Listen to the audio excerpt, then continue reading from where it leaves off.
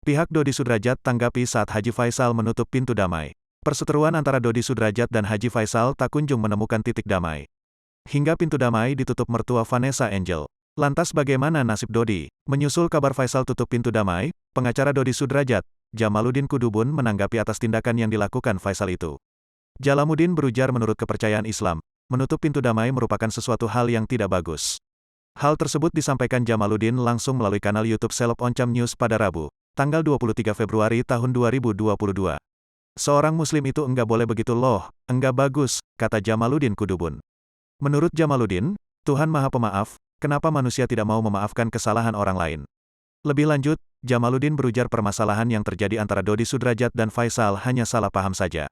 Lantas, Jamaluddin menganggap permasalahan yang terjadi di antara keduanya bisa dibicarakan bersama.